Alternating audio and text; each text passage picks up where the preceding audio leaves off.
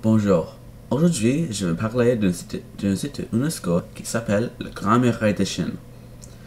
Le Grand Muraille de Chine est un ensemble de fortifications militaires chinoises construites, détruites et reconstruites en plusieurs fois et à plusieurs endroits entre le 3e siècle et le 17e siècle pour marquer et défendre la frontière nord de la Chine.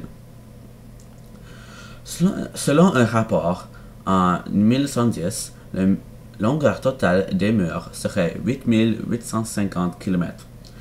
Depuis 1987, la Grande Muraille de Chine est classée au patrimoine mondial de l'UNESCO sous le numéro 438. En 221 avant Jésus-Christ, le seigneur de guerre Yingzheng atteint l'unification de Chine et aide à fonder la dynastie Qin.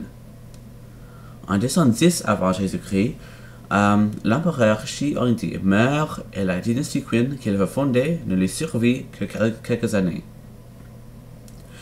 C'est sous la dynastie Ming, 1644 à 1911, que la muraille prit sa forme actuelle, pour empêcher les armées turques, mongoles, pour envahir la Chine.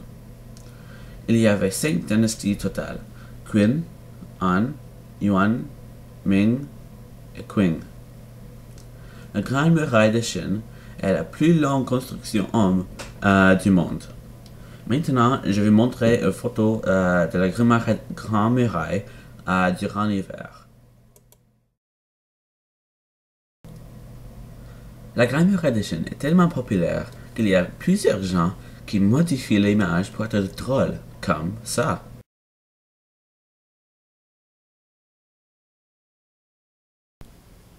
Les Chinois savaient déjà comment construire des grandes fortifications avant 800 Jésus-Christ. Le transport de tous les matériaux était très difficile. Alors, les constructeurs ont utilisé des matériaux qu'ils peuvent trouver aux endroits au lieu des matériaux propres. Exemple, ils ont construit les murs dans les régions montagneuses avec des roches. Dans les régions plates où il y a seulement la terre, ils ont construit les murs seulement avec la terre. C'est durant la dynastie Ming que les murs étaient renforcés et ont pris leur forme qu'on voit aujourd'hui. Merci.